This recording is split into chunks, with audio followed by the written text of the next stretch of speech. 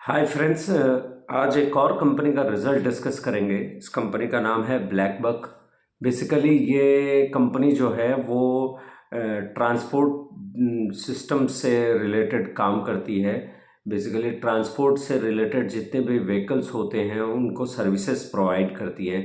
एक app based service है जो कि काफ़ी लंबे वक्त से काम कर रही है कंपनी, और पिछले 5 सालों में इन्होंने अपने बिजनेस मॉडल में बहुत सारे चेंजेस किए हैं समय के साथ। तो बेसिकली ब्लैकबक क्या है, एक ऐसी ऐप बेस्ड है जिसके थ्रू वो अपने कस्टमर्स को सर्विसेज प्रोवाइड करते हैं। कस्टमर्स कौन होते हैं? उनके जो छोटे ट्रांसपोर्टर्स होते हैं, जिनके जिनके पास फ्लीट ऑफ ट्रक्स होते हैं, 2 से लेके 5 या उससे भी ज़्यादा। तो उनको जो है बेसिकली वो सर्विस प्रोवाइड करते हैं इस ऐप के बेस्ड। और सर्विसेज क्या क्या कंपनी प्रोवाइड करती है, तो बेसिकली कंपनी के बिजनेस के 2 पार्ट हैं। पहला पार्ट है कोर पार्ट। तो कोर पार्ट के अंदर जो है उनका बेसिकली आप ये समझें कि टोलिंग से रिलेटेड जो काम होता है, माने जो वो फास्ट ट्रैक वाला आपने देखा होगा कि जो कोई भी गाड़ी कोई टोल से निकलती है तो उसका एक फास्ट ट्रैक के थ्रू पेमेंट कटता है।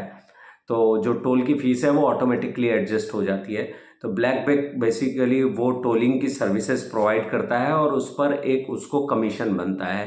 बेसिकली जो भी रेवेन्यू जनरेट होता है टू द टोलिंग कंपनी, उससे एक कमीशन ब्लैकबक को मिलता है। वो एक परसेंटेज वाइज होता है एंड वो गवर्नमेंट से गवर्नमेंट उस पर इंटरवेंशन कर सकती है। बेसिकली गवर्नमेंट ये डिसीजन कर सकती है कि क्या परसेंटेज और क्या कमीशन वो देगी। तो वो आज जो परसेंटेज है वो आगे पीछे हो सकता है। तो ये एक वो पार्ट है जो रिस्क फैक्टर है कह सकते हैं इस बिज़नेस में। लेकिन अभी एज अ ओवरऑल इंडस्ट्री और जिस तरीके के सेंटिमेंट्स हैं और जिस तरीके की चीज़ें चल रही हैं, गवर्नमेंट का ऐसा लगता नहीं है, क्योंकि गवर्नमेंट का खुद का पुश है इंफ्रास्ट्रक्चर को बिल्ड करने का। तो वह इतनी आसानी से जल्दी कोई टोल में 0% या फिर इस तरीके की चीज़ें वो नहीं करेंगे, क्योंकि उनको मालूम है ये पूरा एक बड़ा सा मैकेनिज्म है जिसको काम करना है on a nation wide basis. तो ऐसी छोटी मोटी चीज़ों पर वो उतना ज़्यादा नहीं है। तो कई सारे कोर बिजनेसेस के अंदर जो पहली चीज़ है वो टोलिंग का बिजनेस है इनका।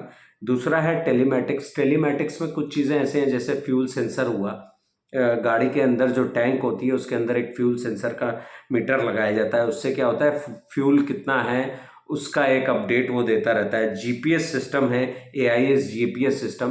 तो बेसिकली अभी जो ब्लैकबक है वो ज़्यादातर सदर्न इंडिया की तरफ काम करती है। बेसिकली आंध्रा, बेंगलोर और आप देखें तो तमिलनाडु, केरला और इस तरफ के एरिया में वो ज़्यादा एक्टिवेट हैं, बशर्ते कि ओवरऑल इंडिया के बेसिस पे।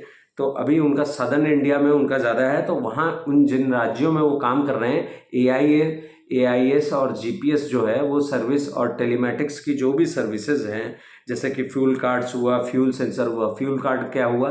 फ्यूल कार्ड ये हुआ कि उसमें पैसा जो है वो बेसिकली अपलोडेड रहता है वो फ्यूल सेंटर्स में, या जो रिफिलिंग सेंटर्स होते हैं फ्यूल स्टेशंस पे जाकर वो उस कार्ड को यूज़ करके उससे तेल भर सकते हैं। तो इससे क्या होता है, कैश का लेन देन नहीं करना पड़ता है। बेसिकली कंपनी जो है इस तरीके की सर्विसेज प्रोवाइड करती है कि ओनर्स को अपने स्टाफ को कार्ड दे देना होता है, वो जाकर वहाँ फ्यूल इन कर लेते हैं।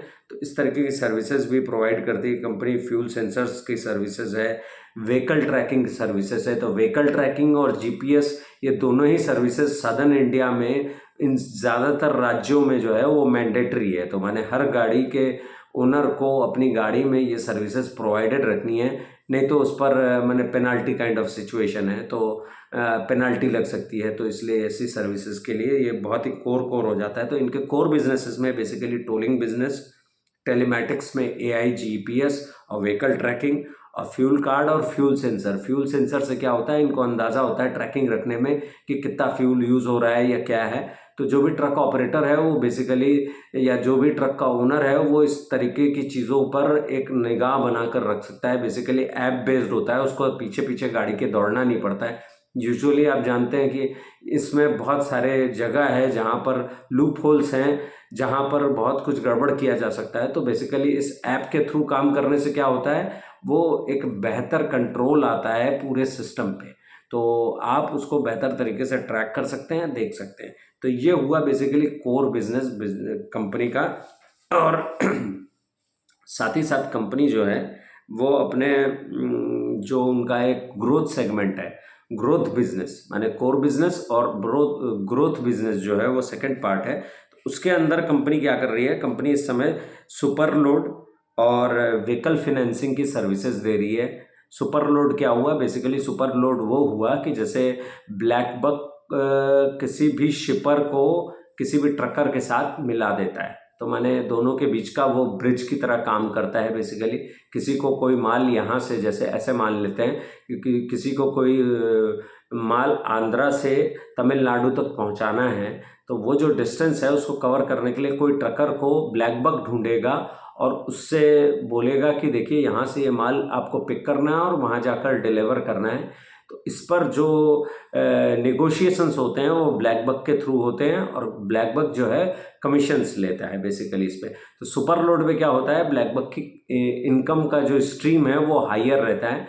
उनकी एक और सर्विसेज है क्लासिफाइड बोल के। क्लासिफाइड होता क्या है, बेसिकली एक प्लेटफॉर्म जनरेट किया हुआ है ब्लैक बक के थ्रू, जहां पर शिपर और ट्रकर दोनों आपस में कम्युनिकेट करके डिसाइड करते हैं और वो उस सर्विसेज को यूज़ करते हैं। तो उस पर बहुत ज़्यादा कमीशन नहीं बनता है क्लासिफाइड की सर्विस पे।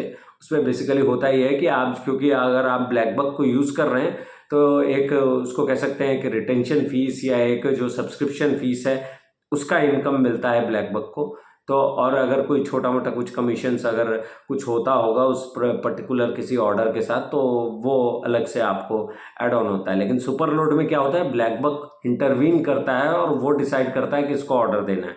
तो उससे क्या होता है, उनको कमीशन मिलता है, उसमें ज़्यादा कमीशन ब्लैक बक को मिलता है। तो वो एक अच्छा ग्रोथ सेगमेंट है जो कि तेज़ी से ग्रो कर रहा है।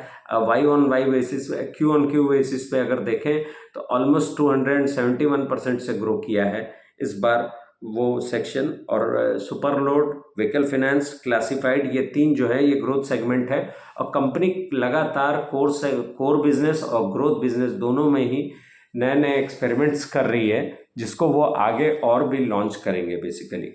तो अभी कंपनी का ये जो सुपर लोड वाला बिजनेस है ये करंटली वो 4 सिटीज़ में कर रहे थे पिछले क्वार्टर तक। इस क्वार्टर में उन्होंने इसको बढ़ाकर 9 सिटीज़ में वो लाइव कर चुके हैं इसको, और कोशिश ये रहेगी कि Q4 तक इसको 14 सिटीज़ में कर दें। तो बेसिकली ये एक पूरा आप कह सकते हैं ये एक सदर्न इंडिया में उनका एक सर्कल क्रिएट हो रहा है, एक हब क्रिएट हो रहा है जहाँ पर वो इसको इस समय एग्जीक्यूट कर रहे हैं।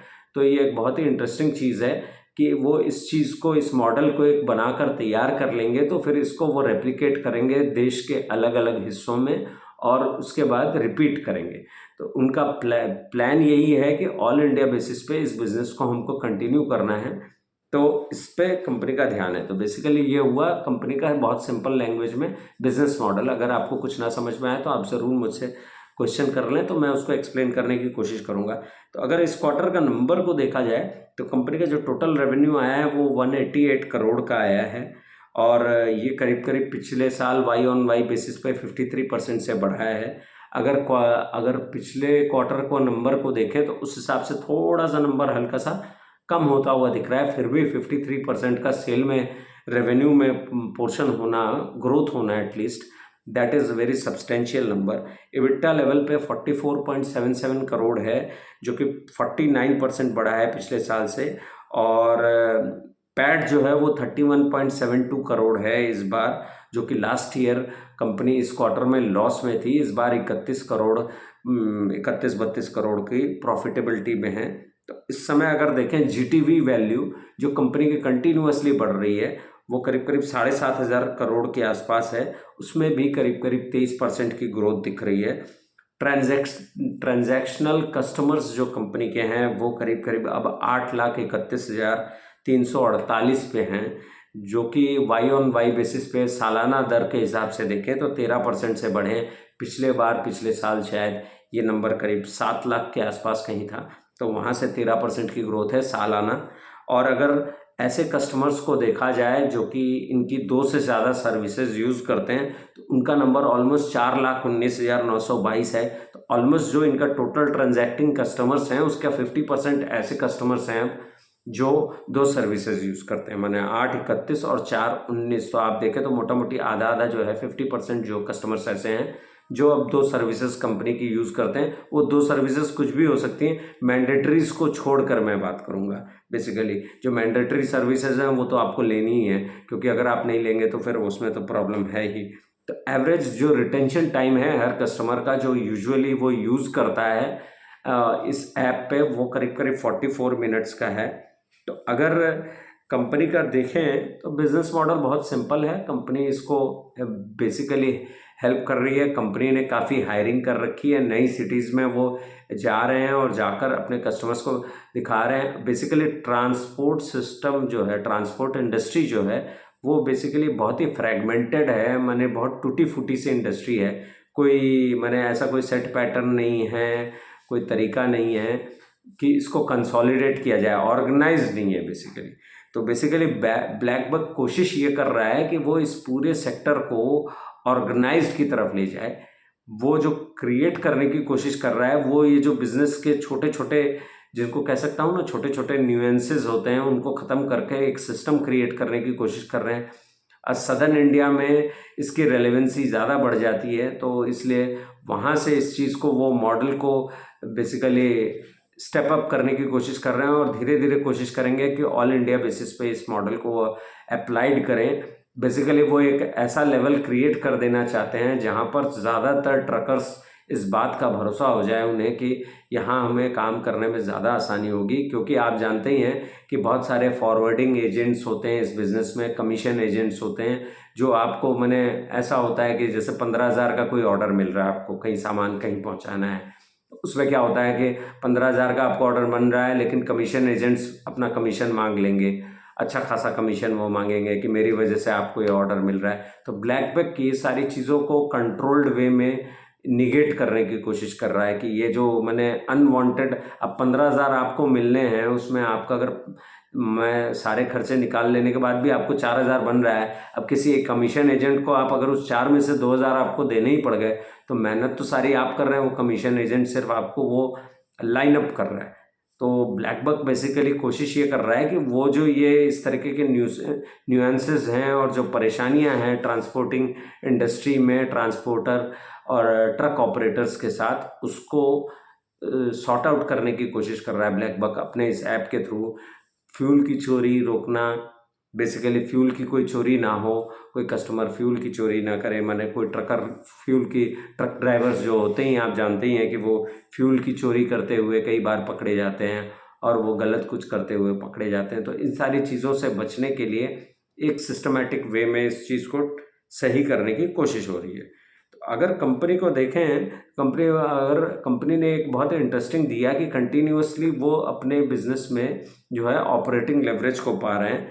तो एक फिगर उन्होंने दिया था कि एडजस्टेड एबिटा जो नंबर है उनका Q1 24 में जो था, वो करीब करीब 11 करोड़ के आसपास का उनको लॉस हो रहा था Q1 24 में। इस समय वो Q3 26 में बढ़कर जाके एडजस्टेड एबिटा जो है वो करीब करीब 50 करोड़ के आसपास है।